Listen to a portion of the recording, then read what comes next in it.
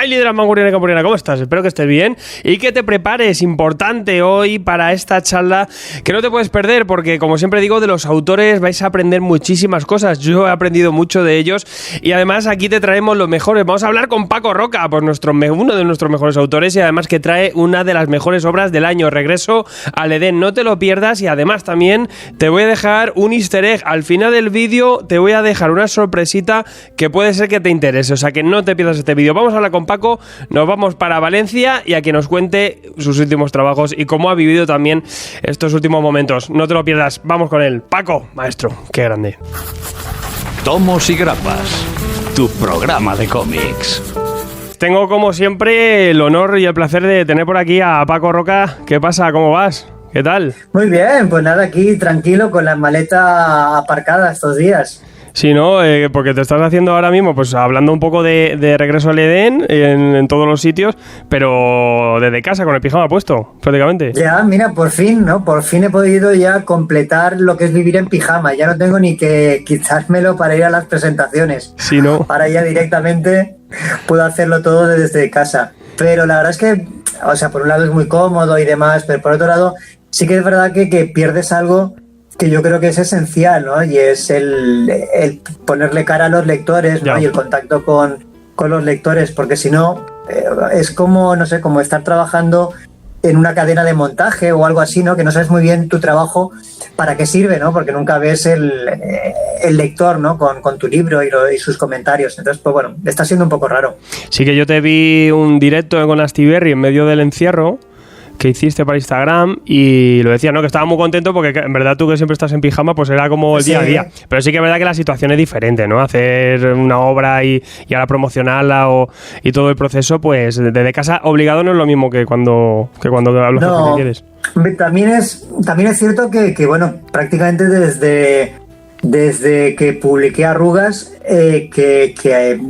ha sido un ritmo de viajes que al final era un poco cansado, ¿no? Porque prácticamente todos los meses tenía algún viaje por España o fuera de España, prácticamente todas las semanas alguna entrevista, algún acto o alguna cosa, ¿no? Y de repente todo se para, ¿no? Entonces la verdad es que de momento todavía no estoy echando mucho de menos volver otra vez al ritmo de antes. Un poquito sí, pero la verdad es que ya había llegado a un extremo en el que ya prácticamente no podías trabajar, ¿no? Tenías poco tiempo para trabajar y para concentrarte. Claro, eso es una cosa que te quita tiempo un poco de lo que es el proceso de creación, ¿no? De la obra también.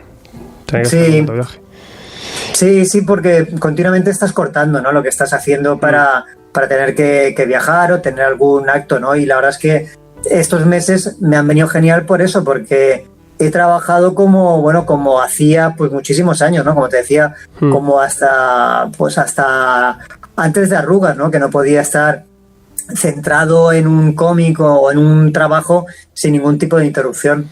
Este año te ha dado, con todo, pues con el encierro y todo esto, ¿te ha dado para que salga un poquito antes Regreso al Edén o...? Sí, la verdad es que sí, que por primera vez he entregado antes de tiempo. O sea, teníamos una fecha prevista y entregué un mes antes. También es verdad que entregué un mes antes porque me equivoqué de fecha, porque este tipo de trabajos nunca los acabas, ¿no? Acabas porque alguien te los está quitando de la mesa de dibujo, pero siempre hay una viñeta que retocar, un texto al que darle otra vuelta, algún cambio que querrías hacer, ¿no? Con lo cual nunca lo terminarías. Lo terminas por eso, porque el editor te lo quita de las manos. Claro. Y esta vez, por eso, por equivocación y porque iba muy bien de tiempo, pues antes de la fecha prevista lo entregué, ¿no? Pero como te digo, ha sido la primera vez. Sí, que en tu vida te has visto en estas. No, vamos, ni de casualidad. Sí que ha sido todo como mucho más relajado, ¿no? Que normalmente entregas en el último momento y normalmente tienes poco margen, ¿no? Para darle varias vueltas a todo, ¿no? En este caso, pues bueno, cuando supe que había entregado un mes antes de tiempo, fue yo creo que la pesadilla para la gente de Astiberri, ¿no? Porque era de, hostia, aún queda un mes. Ah, pues espérate, porque voy a retocar esto. Ah, espérate, porque le voy a dar una vuelta a la portada. Bueno, espérate, porque creo que voy a añadir una página, ¿no? Entonces ha sido un poco infierno para ellos. Yo que he estado con ellos un poco con prensa y tal, claro, les ha venido todo por encima, porque también ganaron el premio nacional otra vez con el Oscar Wilde, con la de Susi. Luego habéis sacado mogollón de autores todos a la vez, que también diciembre ha sido una cosa muy loca, ¿no? Parece que os habéis confabulado todos para sacar un montón de obras buenas. Sí, igual a todo el mundo le ha pasado como a mí, ¿no? Que de repente nos hemos puesto a trabajar y hemos terminado antes de tiempo, ¿no? Pero también es verdad que bueno, que son buenas fechas, ¿no? En cierta manera para sacar novedades, ¿no? Yo creo que el cómic sigue cumpliendo algo que me parece que ya ha perdido el mundo de la música y el mundo del cine, ¿no? Y es que son objetos todavía para regalar. Sí. Yo creo que los libros y en especial los cómics se mantienen ahí, ¿no? Y creo que la campaña de Navidad junto con la Feria del Libro de Madrid debe de ser de las fechas que más se vende, ¿no? Y eso es muestra de que sigue funcionando, ¿no? Como artículo de regalo. Un libro y una rosa en el día del libro y un cómic y un turrón ahora en Navidades. Esto va así. Sí, hombre, yo creo que mientras sigamos así, pues bueno, digamos que va a ser un medio, espero que en alza, ¿no? El regalar, ¿no? Yo creo que también es lo que tiene la gente del mundo del libro, ¿no? Tanto literario como de cómic, que las cosas que nos gustan queremos compartirlas, ¿no? Y yo creo que en ese sentido se regalan muchos cómics, ¿no? De gente, pues eso, ¿no? Que le ha llegado de alguna forma lo que ha comprado. Oye, bueno, vosotros, tú que publicas en Astiberri, ahí trabajan bastante el tema del cómic digital. No sé tú qué feedback estás teniendo o qué opinas un poco también. ¿Tú crees que vamos a tirar un poco más hacia el digital o esto, como dices tú, también se va a seguir regalando en físico? De momento, hasta donde yo sé, de mi propia experiencia, es que no, que sigue siendo un mercado minúsculo, ¿no? Imposible poder vivir, ¿no? O de lo que son las ventas. Bueno, vivir ya sería decir mucho, ¿no? O sea, que sigue siendo anecdótico, ¿no? Las ventas que puedas tener incluso de una novedad, ¿no? En formato digital. La verdad es que no, incluso con precios, que me parece que los precios que tiene Astiberri de las ventas digital son muy accesibles, ¿no? Pero aún así, no sé, no parece que funcione, ¿no? Entonces sigue sin ser, creo yo, un camino, ni tan siquiera una pata más de lo que es la venta de los cómics, ¿no? Sigue siendo algo que bueno, que hay que estar ahí y tiene que estar en formato digital, pero la verdad es que sigue sin ser nada que sea llamativo. Sí que es como un complemento necesario, ¿no? Porque a lo mejor gente que está en otros países, ¿no? O sí. En ciertas situaciones que sí que te lo acerca a la obra, que eso sí que es bueno. Sí, así es como debería de ser, ¿no? Que parece que, pues bueno, primero que es mucho más barato que en papel. No te ocupa espacio, todo el catálogo está siempre disponible, es instantáneo en cualquier parte del mundo, con lo cual, pues bueno, también parece que para un mercado que a veces, pues bueno, llegan las cosas con retraso, como podía ser el mercado latinoamericano, pues la verdad es que parece como una buena opción, pero luego lo que es la realidad, la verdad es que no sé por qué, pero no es así. Bueno, y lo que sí que tenemos en físico, pues este nuevo tomo apaisado, que casi es una declaración de intenciones, también en formato, pues como una obra que hay que acompañar casi con la casa, ¿no? Porque tiene mucho sentido, ¿no? La casa la dedicas un poco a tu padre y en este caso es a tu madre.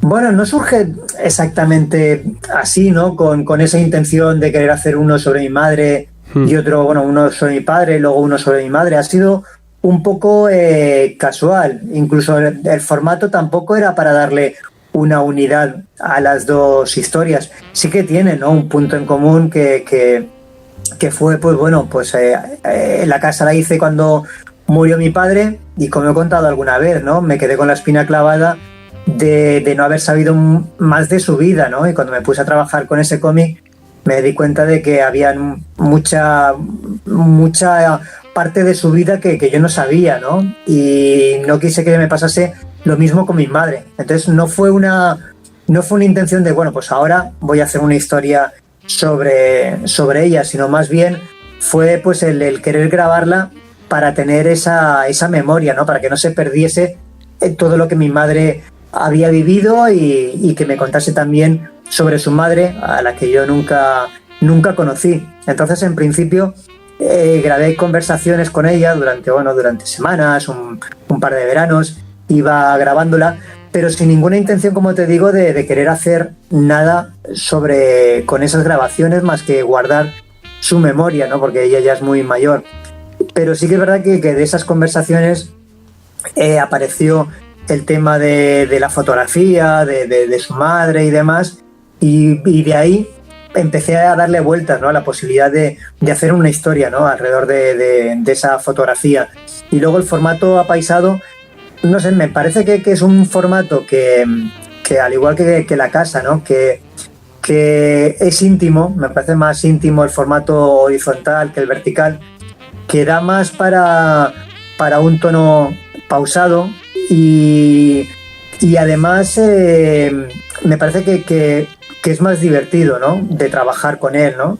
Quizás sea porque estoy más habituado al vertical que al horizontal, pero siempre que trabajo en horizontal es como un juego, ¿no? Porque empiezas a probar muchas opciones que nunca habías usado, ¿no? Entonces se convierte todo casi que en un experimento, ¿no? O lo trabajas de la misma manera que trabajabas cuando empezabas a hacer cómics. También aquí cuadra bastante, pues un formato que nos llama también a aquella época, ¿no? Y cómo se imprimían también los cuadernillo. Sí, es un poco esos cómics de céntimos, ¿no? De jabato y todo esto. Así que... Sí, es verdad que también tiene ese punto del formato, tiene ese punto nostálgico, ¿no? Que nos lleva enseguida a aquellas historias, ¿no? Y más en Regreso al Edén, pues bueno, tiene más sentido, ¿no? Ese punto nostálgico de aquellos cuadernillos. Sí, también te tengo que agradecer un poco porque a través de la casa o los sucos del azar a mí me ha pasado igual. Preguntaba a mi madre por mi abuelo, que también vivió en la guerra, y descubrí un montón de historias que luego, claro, cuando estás con tus parientes pues no piensas en ello, ¿no? O no se habla, es una cosa que no se suele... Pero si preguntas tienes historias que son increíbles, ¿no? Sí, lo que pasa es que, por lo menos hablo desde mi experiencia, ¿no? Pero parece que siempre te venga mal, ¿no? El escuchar, ¿no? Fuera de momento, ¿no? De ¡ay, hambre teníais que haber pasado!, ¿no? Sí. Que es continuamente mi madre estaba con ese tema, ¿no? Pero nunca te paras a decirle, bueno, pues cuéntame, a ver, ese hambre que pasasteis, o cuéntame esa situación, ¿no? Normalmente tú estás con tu ritmo de vida, ¿no? Y normalmente siempre vamos acelerados y nunca prestamos atención, ¿no? A todas esas vivencias, ¿no? Y como tú dices, cuando te sientas con ellos, ¿no? Sin ninguna prisa y con esa intención de escucharles, la verdad es que te sorprenden por la cantidad, ¿no? de historias que tienen, de anécdotas, de vivencias que bueno, que se podían convertir, como hablabas, en grandes historias. La vida de tu madre a través de esta fotografía y de toda la familia, que aparte haces un trabajo de metaficción, ¿no? Pues a través de esta fotografía pues cuentas, tampoco lo explicas, ¿no? En el propio cómic, ¿no? Directamente pones una fotografía y...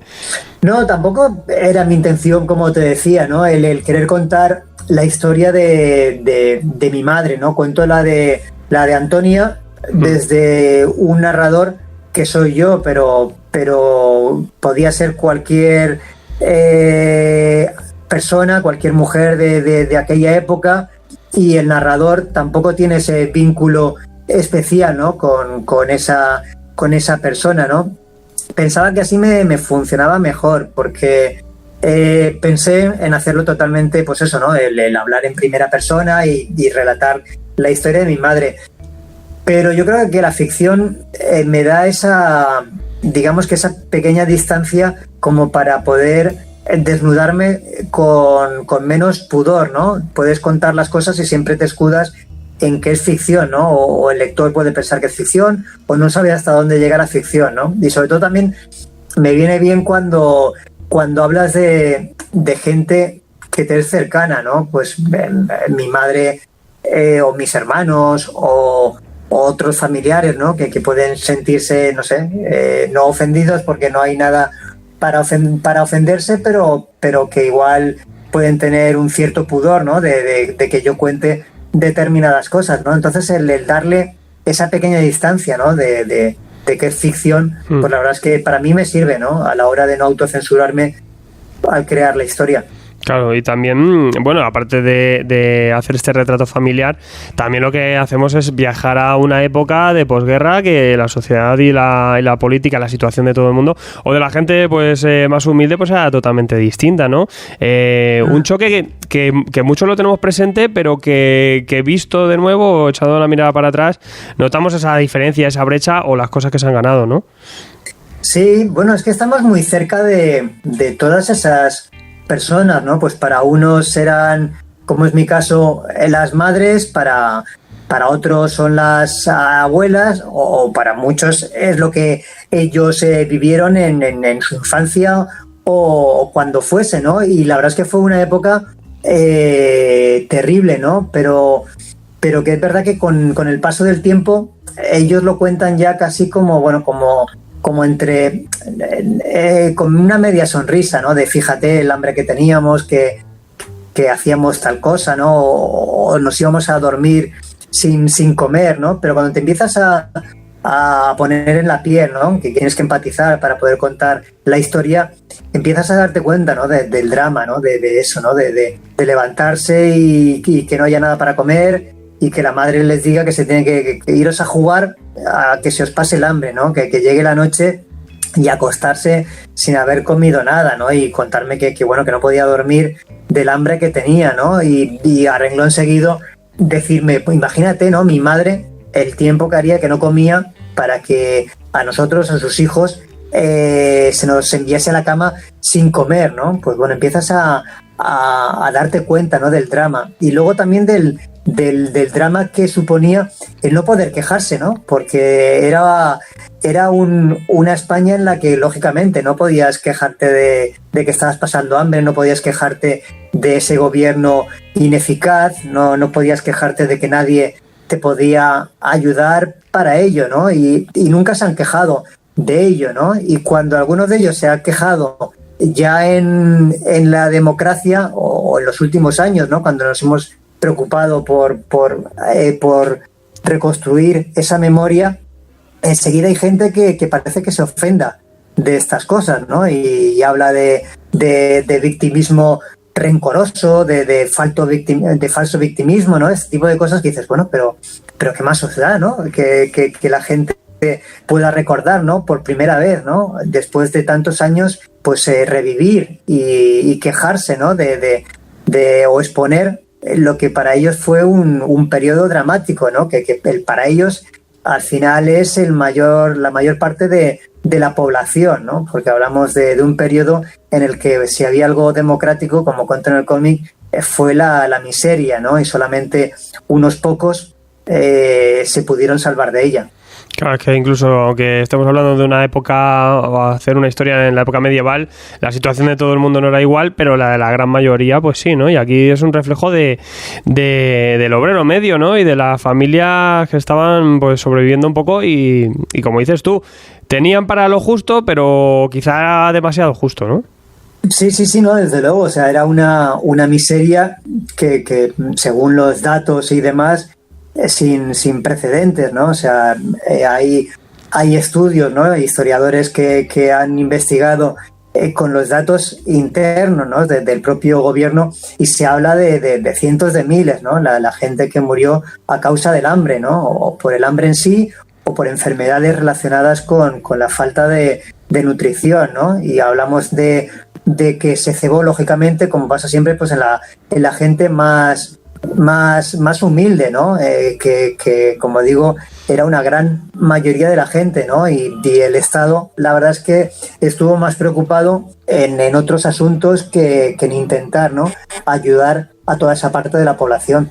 Nos has tenido que llevar a aquella Valencia de 1940 y cómo ha sido retratarla, porque también incluso lo cuentas en la propia historia, ¿no? La familia se iba a una playa que ahora ya ni existe, ¿no? Que también es esa ciudad cambiante. Sí, pues la verdad es que para mí ha sido como muy divertido hacerlo, porque digamos que había reconstruido un poco esa época, o unos años después, con el invierno del dibujante, pero había reconstruido Barcelona, que a fin de cuentas no es mi ciudad, ¿no? Entonces, pues bueno, no lo vives de otra manera, pero en este caso, el poder reconstruir lugares por los que habitualmente caminas, la verdad es que ha estado muy bien, ¿no? Y el poder, pues eso, ¿no? El buscar fotografías, el enterarte un poco más de la historia de la ciudad que te rodea, la verdad es que para mí ha sido, como te digo, como muy interesante, ¿no? Y también un poco de trabajo casi de detective, ¿no? De intentar localizar determinados sitios que ya no existen, pues como tú decías, ¿no? De la playa, o determinados cines que ya no están, buscar, ¿no? El lugar en los que estaban, ¿no? Y el poder caminar por todos ellos. La verdad es que para mí toda esa parte ha sido muy divertida, ¿no? Y luego el darte cuenta de cuando estás viendo esas fotografías y cuando tienes que dibujarlo, de lo desolado que estaba todo, ¿no? Que ahora estamos acostumbrados, cuando dibujas algo, que hay mil cosas, ¿no? Hay mil información en una calle, ¿no? Hay coches, hay gente paseando, anuncios, hay un montón de cosas, ¿no? Pero cuando ves muchas fotos de aquella época, son calles vacías prácticamente, ¿no? Prácticamente no hay coches, o hay un coche por aquí, hay un carro por allá, el interior de las casas no hay prácticamente nada, ¿no? Sobre todo el de las casas, el de la gente humilde, ¿no? Un cuadrito de un santo y prácticamente un botijo, 4 cosas, ¿no? Entonces cuando lo dibujas siempre tienes la sensación de que estás dibujando poco, ¿no? Pero es que realmente había muy poco, ¿no? En las casas y en las calles de aquella España. Sí, es una sencillez que lo vemos también, ¿no? Y también en la vida de estas personas, ¿no? Porque y también esa capacidad que tenemos de acostumbrarnos, ¿no? Y de amoldarnos a algo porque esta gente no tenía ambiciones, ¿no? Porque claro, al final, como mucho, pues a lo mejor casarse con alguien que le pueda un poco más pudiente, pero poco más, ¿no? Sí, no, está claro. Eso, por ejemplo, pues en los testimonios que fui grabando, pues de familiares, se veía muy claro, ¿no? Los hombres todavía tenían un poco de opción, ¿no? Para ellos, pues bueno, digamos que no tenían vocación para nada, simplemente era buscar un trabajo con un buen salario, ¿no? Eso era lo único que les podía preocupar, ¿no? Y en cuanto a las mujeres, bueno, esa era una de las preguntas que se me rieron, ¿no? Cuando les pregunté que ellas de niña a qué querían dedicarse, ¿no? Entonces, vamos, se miraron entre ellas y se rieron, ¿no? Pero bueno, pero si eso no se podía elegir, ¿no? O sea, nosotros sabíamos que nuestro destino era ser ama de casa, ¿no? Como mucho, lo único que quedaba en incógnita era pues saber con quién te casarías y cuántos hijos tendrías, ¿no? Pero la vida de todas esas mujeres de la posguerra y de un estrato social determinado, vamos, ya estaba destinado desde que nacían, era ser amas de casa. Sí, también un papel que ha cambiado mucho en muchos sentidos, que también tú lo reflejas, ¿no? Que recae para la ama de casa, la madre que tiene que pues eso, cuidar de la familia y que está también estancado un poco ahí, y también para el padre, que al final está en un trabajo que le quema, que está todo el día fuera de casa. Para dos situaciones.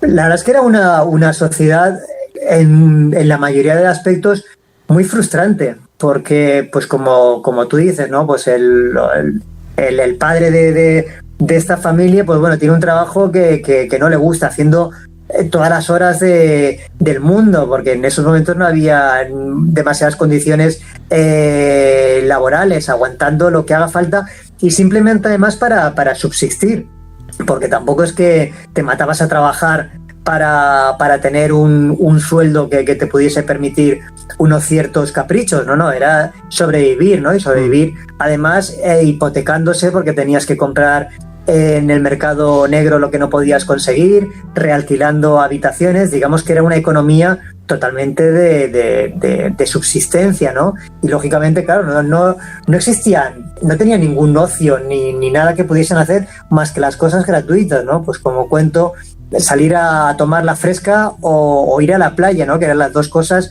más económicas que se podían hacer, ¿no? Y luego, pues bueno, lógicamente, ¿no? Estamos hablando de una población que en la mayoría de los casos era analfabeta, ¿no? O sea, era sobre todo de gente humilde y en especial de mujeres, ¿no? La mayoría de ellas eran analfabetas, con lo cual, pues bueno, tampoco se leía, ¿no? Quizás lo único que les quedaba era el cine, que había por ahí un cálculo, ¿no? Que en aquellos años España, después de Estados Unidos, era el país que más espectadores tenía el cine, ¿no? O sea, era, claro, lógicamente para una sociedad en la que apenas lee, pues el cine era lo único, ¿no? que les quedaba para poder llegar, ¿no? A ese mundo de fantasía. Yo hay dos cosas que digo, que envidia a la gente o sea, la población del centro con la gente de la playa. Al menos tenían la posibilidad de ir a la playa, por aquí como mucho te ibas a la montaña o al río. Y luego lo del cine, que yo siempre pienso, digo, ¿qué pensaría esa gente, ¿no? Viendo lo que te vendían en Hollywood, ¿no? Esa vida fantástica o las historias de ficción, sí, ¿no? Y frente a su realidad, ¿no? Sí, no, eso desde luego. Y es que para ellos era como un mundo totalmente, anacrónico, ¿no? O sea, no tenía nada que ver con lo que ellos estaban viviendo, ¿no? Era otro tiempo para toda esta gente, ¿no? Podían casi como ver gente del futuro, ¿no? De un universo paralelo, ¿no? Con aquellas películas de Hollywood y con aquel glamour, ¿no? Y lo curioso también es que muchas de las películas españolas de esos años 40 son un calco de una sociedad que tampoco existía, ¿no? De glamour también, cuando realmente la sociedad no era así, ¿no?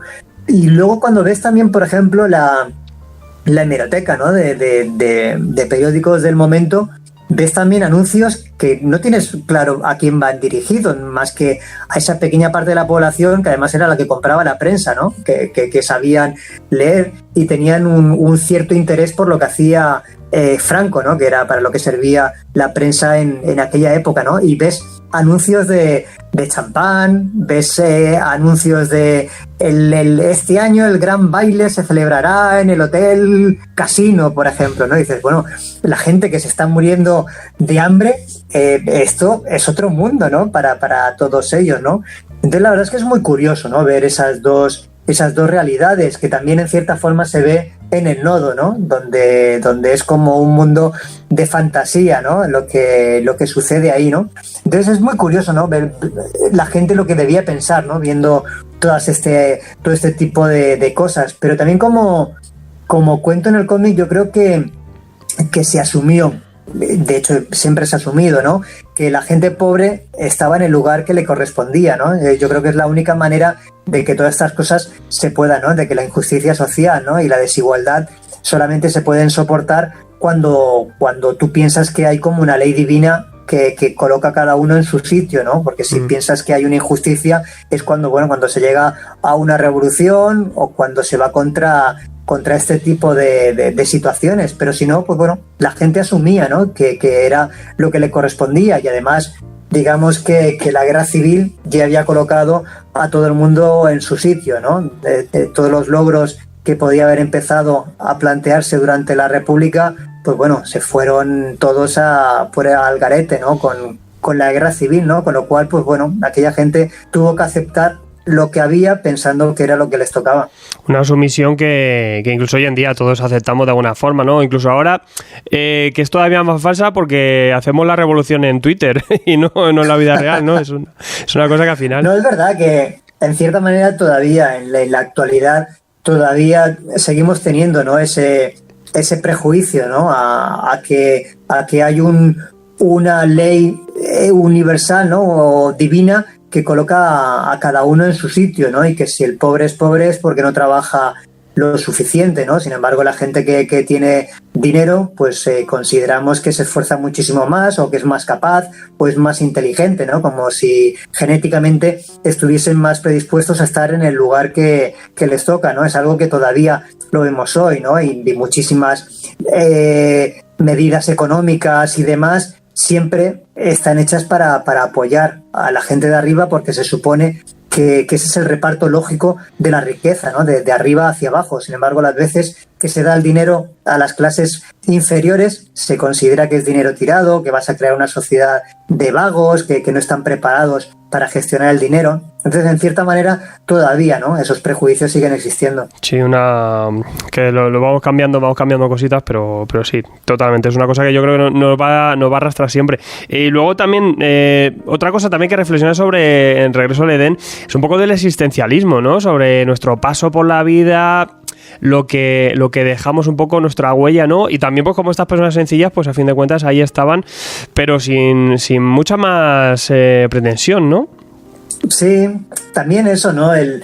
Lo efímero, ¿no? Que son nuestras vidas, ¿no? Y también yo creo que con la pandemia que hemos tenido, también yo creo que nos ha puesto un poco en el lugar, ¿no? De lo que somos, ¿no? Como seres, ¿no? Que estamos, no hay ninguna seguridad para nada, ¿no? Pero sí que me parece interesante, ¿no? El hablar de lo efímero que es una vida, ¿no? Y de cómo nos obstinamos, ¿no? Por intentar retener esos pequeños detalles, ¿no? Ya sea a lo largo de nuestra vida, ¿no? Un momento que ha sido especial por algún motivo, ¿no? Lo fotografiamos y lo guardamos debajo de la mesita de noche como para que nunca se borre, ¿no? De nuestra memoria.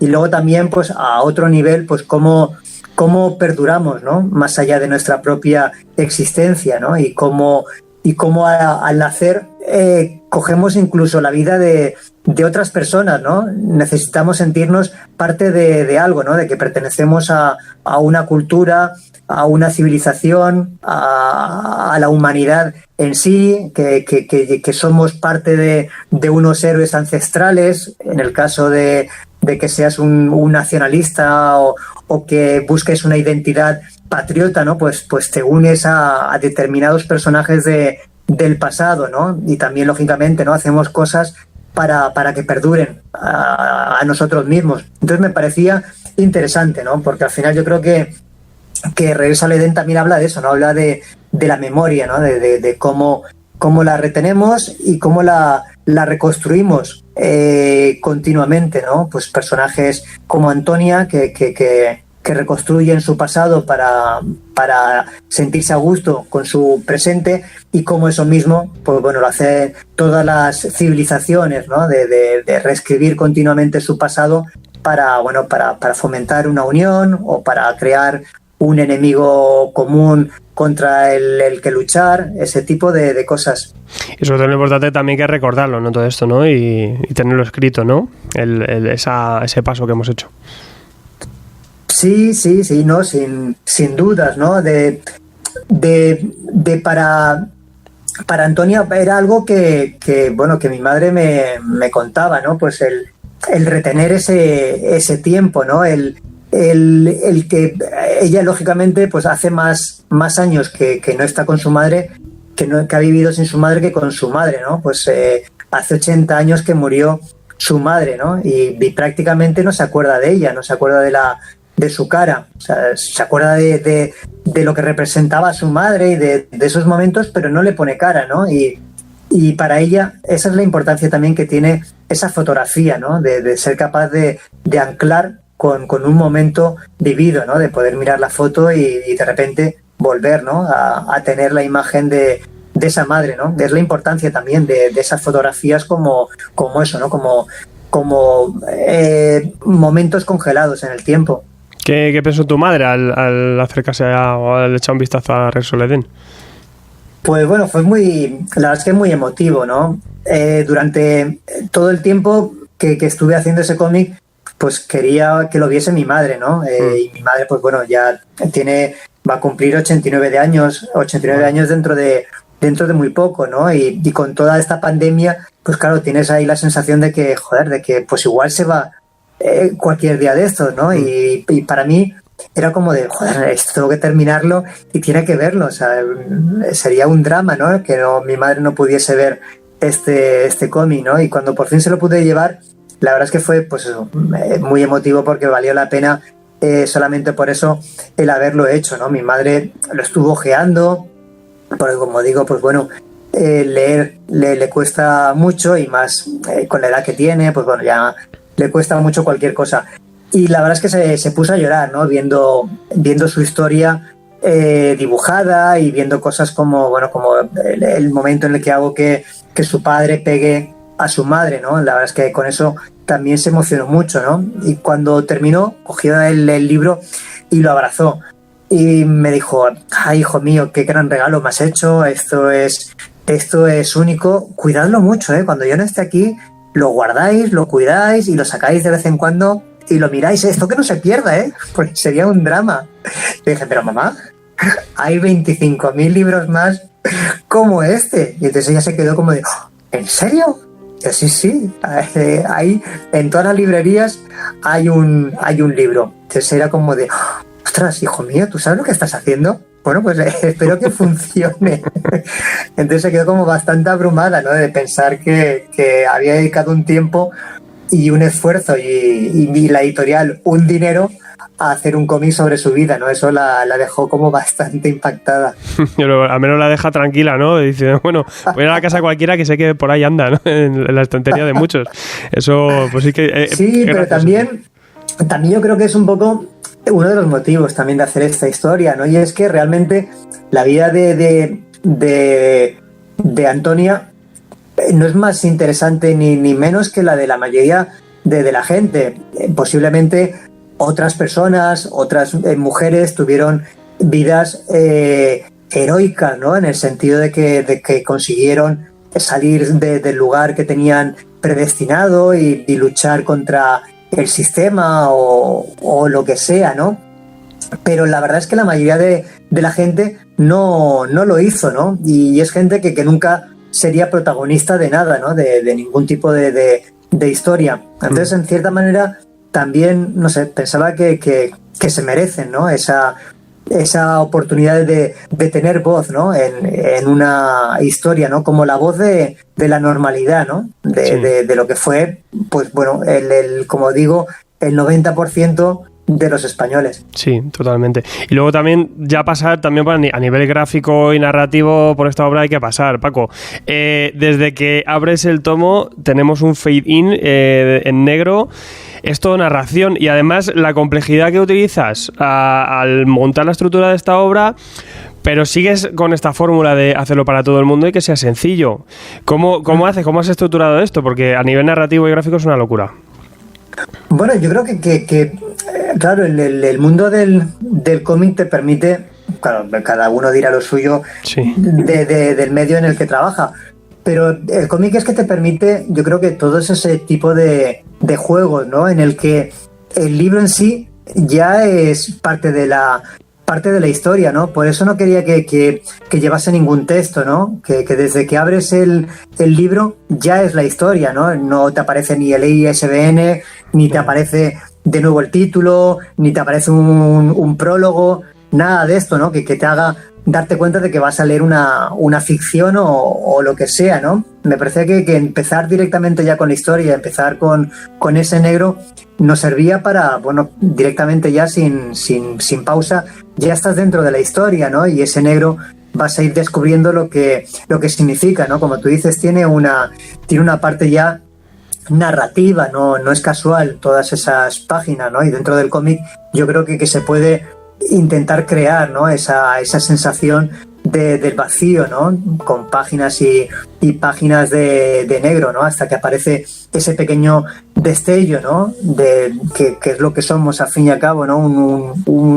Comparado con la dimensión del cosmos, nuestra existencia, vamos, no es ni tan siquiera un destello, ¿no? Sería un micro destello, ¿no? Y yo creo que esa forma de entrar en el cómic, en la historia, también en cierta manera bebe de la exposición que hice para el IBAM junto con Álvaro Pons. Para mí fue muy útil, ¿no? El ver cómo un cómic podía salirse de las páginas, ¿no? Y formar una narración utilizando las paredes de un museo, ¿no? Entonces, en cierta manera, tiene un paralelismo. Ese comienzo y esas líneas temporales en viñetas con esa exposición del Iván. Sí, y también, pues sí, es que casi lo que vemos aquí. Yo veo una explosión de las cosas que hemos visto en tus últimas obras, pero todas aquí a favor de la obra, ¿no? El utilizar diferentes estilos, también, o diferentes acabados, meter infográficos, o sea, cosas pero es que lo bueno es que va a favor de obra y lo hace, porque es una obra muy compleja a ese nivel, pero lo hace sencillo, ¿no? Y fácil. Siempre hay que buscar un poco ese ritmo de lectura y que no se entorpezca, ¿no? Bueno, en este caso la verdad es que me vino muy bien la voz del narrador, para que todo pudiese cuadrar de una forma como mucho más natural, ¿no?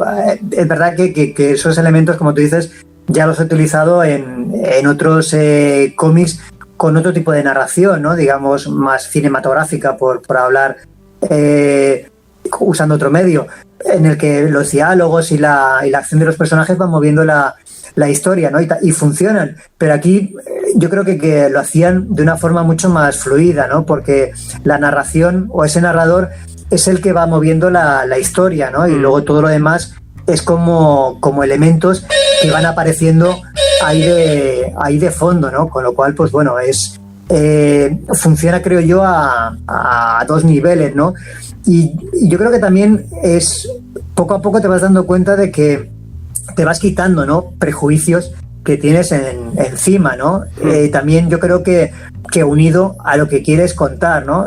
Cuando yo empecé a dibujar cómics que quizás eran, pues bueno, más de género, más unido a la aventura, al misterio o a lo que sea, siempre utilizaba el dibujo y las viñetas como una ventana a la realidad, ¿no? Como si estuvieses con una cámara filmando algo que estuviese ocurriendo, ¿no? Pero poco a poco te vas dando cuenta de que, bueno, pero que esto es absurdo, porque al fin y al cabo son dibujos, y los dibujos pueden ser cualquier cosa, no tienen que ser siempre una representación de una realidad que estemos viendo, ¿no? Con lo cual empiezas a darte cuenta de que todo tiene cabida para poder contar tu historia, y que en un momento dado, pues una infografía te puede venir bien para contar algo técnico, y en otro momento dado cambias el estilo del dibujo porque lo que estás contando es diferente, ¿no? Entonces creo que el cómic es un medio en el que, al igual que un documental, por ejemplo, ¿no? Que acepta muy bien las diferentes texturas, ¿no? Para contar una historia. Totalmente. Y lo que te digo, que se puede hacer algo a nivel técnico, pero que funcione también a todo tipo de lector, no solo que sea algo hecho para la gente que más lee cómics, ¿no? Yo lo intento. También tengo que decir que digamos que para mí lo principal es contar una historia. Es decir, el dibujo y la forma en que lo cuentes tiene que ser la más eficaz para contar la historia, pero nunca puedes invertirlo, ¿no? Nunca puedes que la narración en sí sea el protagonista, ni el dibujo en sí sea protagonista, o por lo menos como yo veo mis historias. Entonces yo primero me escribo un guión, un guión que se podría contar de una forma más clásica o más experimental, o como sea, porque no entro en ese guión, no entro en definir viñetas ni páginas, es más o menos un relato que luego adaptaré, ¿no? Y eso para mí es como mi Biblia, ¿no? De lo que quiero, esto es lo que voy a contar, ¿no? Entonces luego veo cuál es la mejor forma, ¿no? Y voy buscando las herramientas para contarlo, ¿no? Pero siempre para en función de intentar contar esa historia, que para mí es lo principal. Yo ya lo que veo es que tu caja de herramientas es grande, ¿eh? ¿Cómo, perdona? Que tu caja de herramientas ya es casi cada vez más grande, porque tienes un montón de recursos, es una locura. Bueno, yo creo que las vas añadiéndolas, ¿no? Por el camino, pero yo creo que también todo va unido a intentar, creo yo, contar historias que digamos que primero que te apetezca contar, que tú pienses que son interesantes y que te hagan buscar esas herramientas. Es decir, igual si estás haciendo una historia de aventuras más clásica, pues posiblemente no te hace falta experimentar nada, ¿no? Digamos que el mundo del cómic tiene un lenguaje ya suficientemente rico, ¿no? Para que veas, joder, pues yo qué sé, Janjiro ya hizo suficientes cosas, ¿no? En Teniente Blueberry, pues voy a coger esto de aquí, o Blaine lo hizo con otra cosa. Digamos que tienes como muchos referentes, ¿no? De los que echar mano.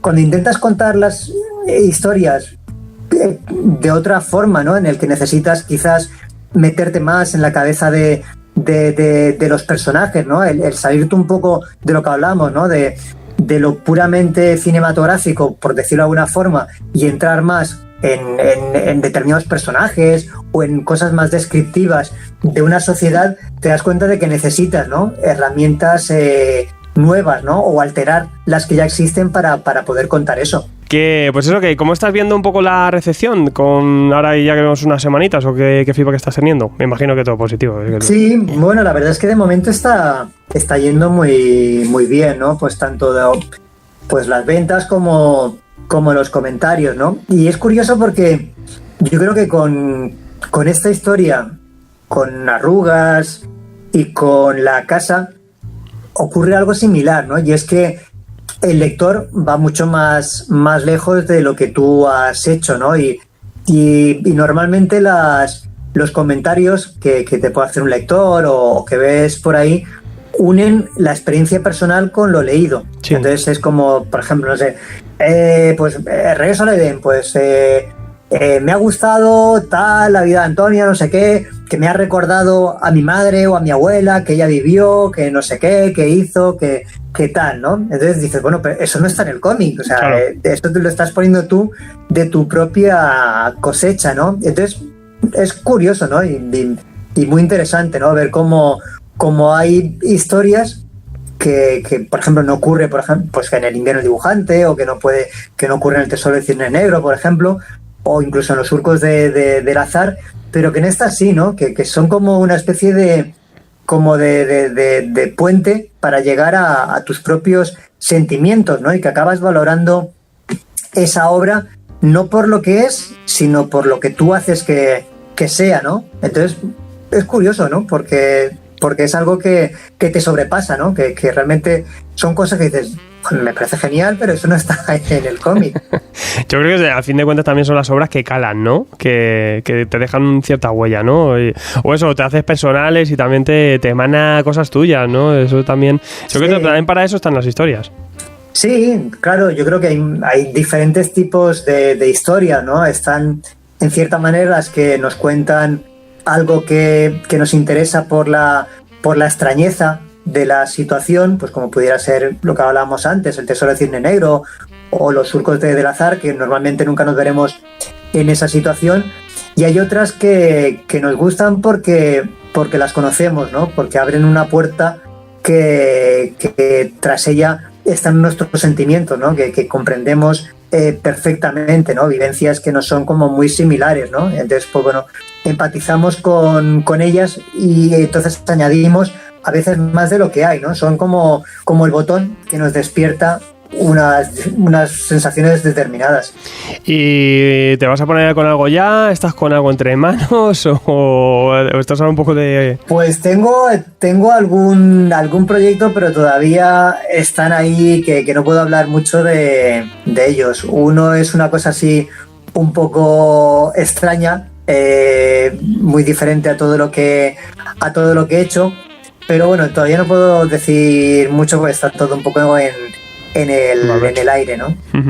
No, yo siempre te pregunto, ya sabes que a mí me gusta. Paco, a ver, ¿qué sí, más? No, la verdad es que me gustaría contarlo, pero esta es de las veces que todavía es pronto para poder hacerlo. Oye, pues me gusta, ¿no? Que nos sorprendas y que nos traigan algo diferente. También quiero aprovechar ya que estoy contigo para darte el premio Liefeld, que la gente te ha votado a mejor guionista para el mercado europeo y nacional y mejor obra nacional también, ¿eh? Son más de 2.500 votos de los lectores, o sea, que nosotros lo tomamos a cachondeo, pero joder, que la gente también te lo ha validado. Oye, pues, y solía hacer nada. Me hace muchísima ilusión, hombre. Han votado de Regreso al Edén. Claro, sí, entre 2.500 personas que ha votado, ¿eh? O sea, que a lo tonto, y en nada, que en dos semanitas que se lo han zampado y te lo han puesto ahí. Caray, o sea... Oye, pues nada, pues totalmente agradecido, ¿no? Porque son ese tipo de historias en las que no tienes ninguna seguridad, ¿no? Porque porque vas un poco tocando, en cierta manera tocando de oído, ¿no? No tienes una estructura detrás, no. Si le cuentas a alguien lo que estás trabajando, a veces como que te avergüenza, ¿no? De decir, bueno, no, estoy haciendo una historia sobre una fotografía tal de mi madre, no sé qué. Entonces es como cuando resumes de lo que van este tipo de historias, la verdad es que te sientes como muy inseguro, ¿no? Entonces estás trabajando durante años sin saber muy bien si va a ser el gran batacazo de tu vida. Así que nada, la verdad es que, joder, agradecido y emocionado con el premio. Yo siempre digo que ha sido un año con muchísima producción y muy buena, pero luego ya llega Paco Roca y ya por saco.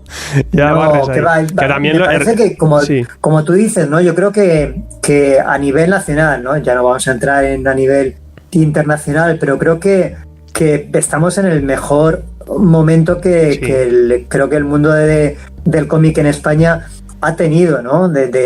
Por el tipo de público que tenemos, que tenemos el público de siempre, que siempre había leído cómics, pero ahora tenemos también un tipo de público más generalista, ¿no? Hemos llegado a todo ese tipo de público también en los últimos años, ¿no? Tenemos una gran cantidad de autores y autoras que están haciendo cosas interesantísimas, y muchos de ellos y de ellas apostando por el mercado nacional, ¿no? Me parece que también es interesante, ¿no? Que desgraciadamente, pues hasta ahora, si querías hacer cómics tenías que irte fuera, ¿no? A Francia o a Estados Unidos, ¿no? Y cada vez hay más autores que están apostando por hacer industria aquí, ¿no? Con lo cual, vamos, yo creo que es el mejor momento que hemos vivido nunca. Hay que celebrarlo, y además que son pues casi una quincena de obras que han reventado su primera tirada, y además rápido, que a veces ha sido cuestión de semanas y como decimos, no nos hemos visto en estas. Incluso tú has agotado la primera edición, o hace poquito Galdós, ¿no? En 9. Fuimos a pedir reposición, además llegó y nos dijeron que está todo colocado, o sea, cosas así que sí que se nota que estamos teniendo más lectores, como dices tú, ocasionales, que van eligiendo también el cómic como una alternativa de ocio, ¿no? O de entretenimiento. Claro. Y cultura. Yo creo que sí, yo creo que hay muchísimos factores, ¿no? Pero ese factor de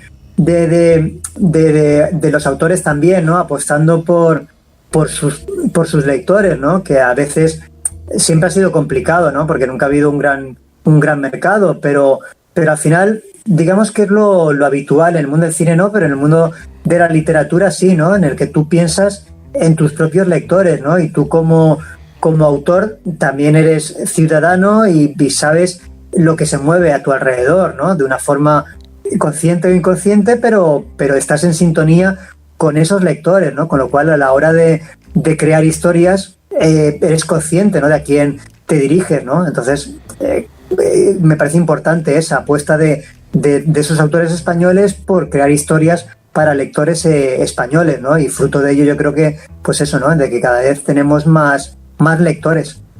También te voy a poner un pequeño compromiso. ¿Alguna obra para regalar junto a Regreso al Edén que recomiendes también? ¿O de producción nacional o recientemente que se haya publicado? Bueno, yo creo que hay muchas, ¿no? Por seguir también con algunas de las novedades de final de año, ¿no? Pues está el cómic de Miguel Gallardo, que me parece que es también es muy emotivo, ¿no? Y gráficamente, como todo lo que hace Miguel, es muy bonito y cuenta desde en primera persona pues su experiencia, ¿no? con el cáncer, ¿no? Me parece que es de esos cómics imprescindibles. Primavera en Madrid también me ha gustado mucho, ¿no? Sí.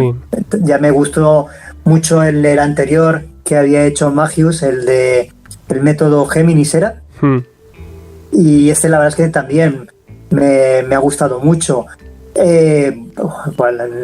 Por ejemplo, La cólera también de Santiago García y Olivares es espectacular. O sea, es que yo creo que hay muchísimos, ¿no? Muchísimos cómics.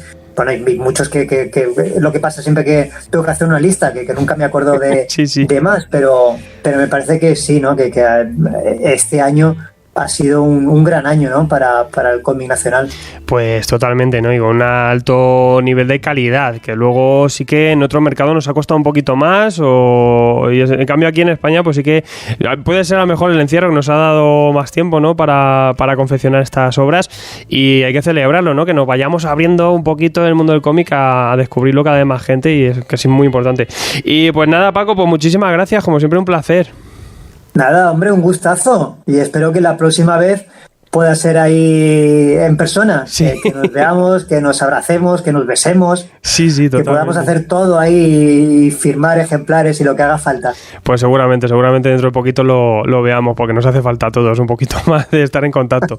Pues nada, Paco, por ahora estate ahí tranquilo, no te muevas mucho, tú con tu pijamita ahí puesto, sin problema. Sí. Disfruta de este ¿Qué momento. vamos a hacer?